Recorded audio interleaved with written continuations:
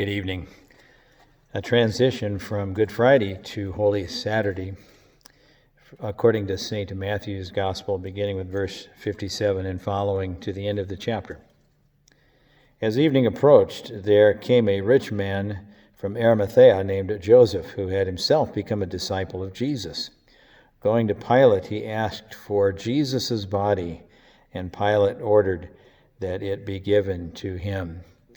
A number of years ago, I read somewhere, or maybe even found myself, a bit of research that indicated that when he asked for the body of Jesus, the original Greek was not carcass or sarx, but soma, which would be a cherished body.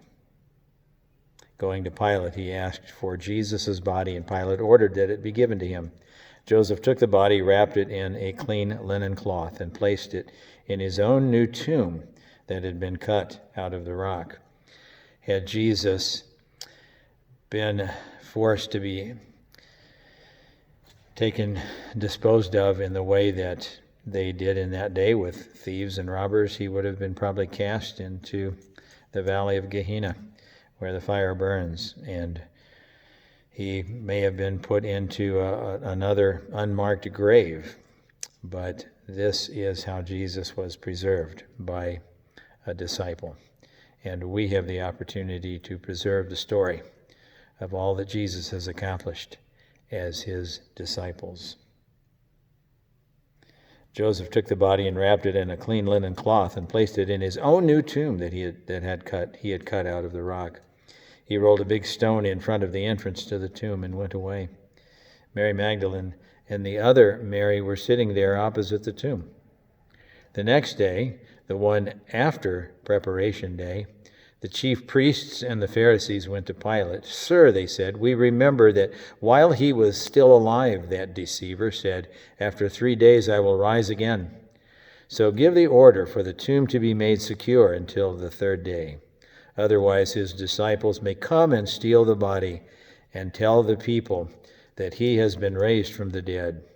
This last deception will be worse than the first." May we meditate on that thought. The last deception will be worse than the first.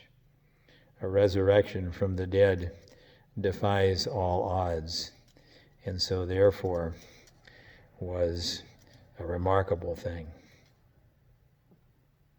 "Take a guard," Pilate answered, verse 65.